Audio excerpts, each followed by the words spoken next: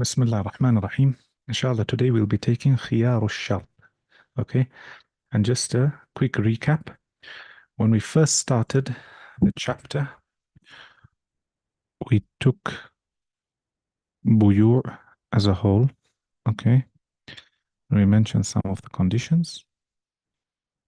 Thereafter, we mentioned some of the rulings regarding certain transactions and the norm of society. Okay, or the urf.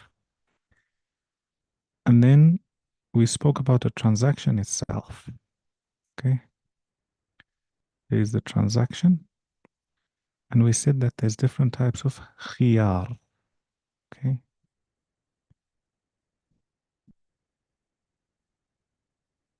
You got khiyar, which is in the gathering, which is khiyarul majlis. And we've been through that. And now we're going to take the next khiyar, which is khiyarul shart. Ash-shart. Alif, lam, sheen, ra, and ta. What this basically means is that if in the gathering, okay, a person uh, they agree, either the buyer or the seller, they say no problem. As for the gathering, I'm not going to use my haqq or my right to go back on the transaction in the gathering. However, this thing that I'm selling you or this thing that I'm buying from you, either it can be from the buyer or it can be from the seller or it can be from both of them. They stipulate and say that for this period of time, we allowed to go back on the transaction. I'll give you an example. Let's say you've got here the buyer, and you've got here the seller, and the third category, you've got both the buyer and the seller. Okay. So we said khiyar shart can either be asked for from the buyer or from the seller or from both of them. They both ask one another. What's the whole point of this? What's the shart? Shart means you're giving me an extra period of time to make up my mind whether I want this thing or not. The scholars agree, especially in the Hanafi madhab, that as long as both parties agree, it can be 3 days or less. Okay? 3 days or less. That's what they agree upon, or less than 3 days. As for more than 3 days, Imam Abu Hanifa disagrees. The other companions or his students, they say that as long as they've agreed amongst themselves, they can have it for more than 3 days. So now I give you the example. Let's say there's a buyer and a seller, and one is selling a car. So either the seller is ready to sell the car, but the buyer says, you know what? Let me use it first for 2 days. Okay. If within this period of 2 days, you allow me or you allow me to go back on the transaction, to carry on, to keep it if I want to keep it, or to return it back to you. Okay. And what's agreed upon is he can go up to 3 days. So if, for example, he uses the car 1 day, 2 days, even if there's nothing wrong with it, it's just personal choice. He's stipulated that 3 days and he's agreed.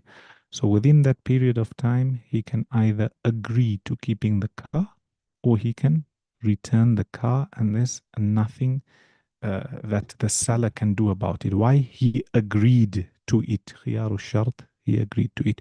Or it can be from the seller only. So the seller says, for example, no problem, I'm selling you this car, but uh, give me 1 day with khiyaru shart in case I want to go back on my transaction. So let's say that during the day, this man took the car, and then he says, he phones him and says, you know what? We had a second car at home, but there's an accident, so I want this car back. I'm calling off the transaction. He's allowed to do that. Why? It's within the period of time, either 1 day, 2 days, 3 days, or both the buyer stipulates on the seller and the seller stipulates on the buyer. So the buyer says, I need a period of time. And the seller also says, I need a period of time. So whatever they agree on, 1 day, 2 days, 3 days, then either, if either of them go back on the transaction, then we'll say the transaction is void. This person gets back the money they paid, and this person gets back the product. So what's that? Khiyaru shart. If you look at the wisdom behind it, you realize that in some transactions, whilst you're in the gathering where you're negotiating and agreeing, that period of time is not enough. Okay, especially for certain products. So here you're allowed to add another type of khiyar, which is khiyar shart, to extend that period of time up to 3 days agreed upon, and more than 3 days. Here they've got a difference of opinion in the madhab. Thereafter, what happens if during this period of khiyar, let's say they've agreed for 3 days, and the buyer takes the car, okay? The buyer takes the car, and something had to happen to the car, okay? If something had to happen to the car, then he is responsible for it. So he can't say, for example, that, oh, I've still got khiyar 3 days, so now I've cancelled the transaction and I don't owe you anything. We'll say the transaction is cancelled, yes, but you owe damages worth whatever it may be. Okay, he's supposed to either replace its value, or for those things that you have to replace something like it, we'll say you replace what's called al-mithl, the same thing. Thereafter, what happens if, for example, they agreed on 3 days? Okay, let's say they agreed on 3 days. Either they, what we've taken so far is they see out the period of time. Let's say they don't see out the period of time. Okay, so one of two things are going to happen. Meaning they want to do it. They agreed 3 days, but let's say after 1 day or 2 days, someone wants to make a decision. Either they're going to agree to go through with the transaction, or they're going to consider the transaction void. There's only one of two options. So let's say on day number 2, if somebody agrees, so for example, let's say the buyer, he asked you to have khiyar shart for 3 days with the car, and then after 1 day, he says, you know what, I'm happy with it. Khiyar shart is finished. I don't need it anymore. So he initially agreed on 3 days. However, he's now gone on to, after 1 day, he's happy, and he says, as for this khiyar, we don't need it anymore. So even without this party being present, he can call his khiyar or his choice, because remember, it's his right in the Sharia, an extra right that's been given to him. So he can forfeit his right. Okay? And we'll say here the fact that if it's only one way, this khiyar from the buyer only, here we'll say you've forfeited your right. Now, let's say he comes back on day number 3 and he says, no, I want it back. We'll say, tough luck, here you've given it up. Okay? So notice how if you giving up your right and you want to carry on with the transaction, we'll say the transaction stands, and your khiyaru shart that was now 3 days, you've agreed to annul or to cancel the remaining 2 days, so it's done and it's as though the transaction has gone through. As for if before time somebody wants to cancel the transaction, here it would need to be cancelled with or in the presence of the other party. Okay? In the presence of the other party. So notice the difference here. It doesn't have to be in the presence of anybody because it's his own right that he's giving up or forfeiting. Here, there's somebody else's right which is connected to it, so he's got to be present.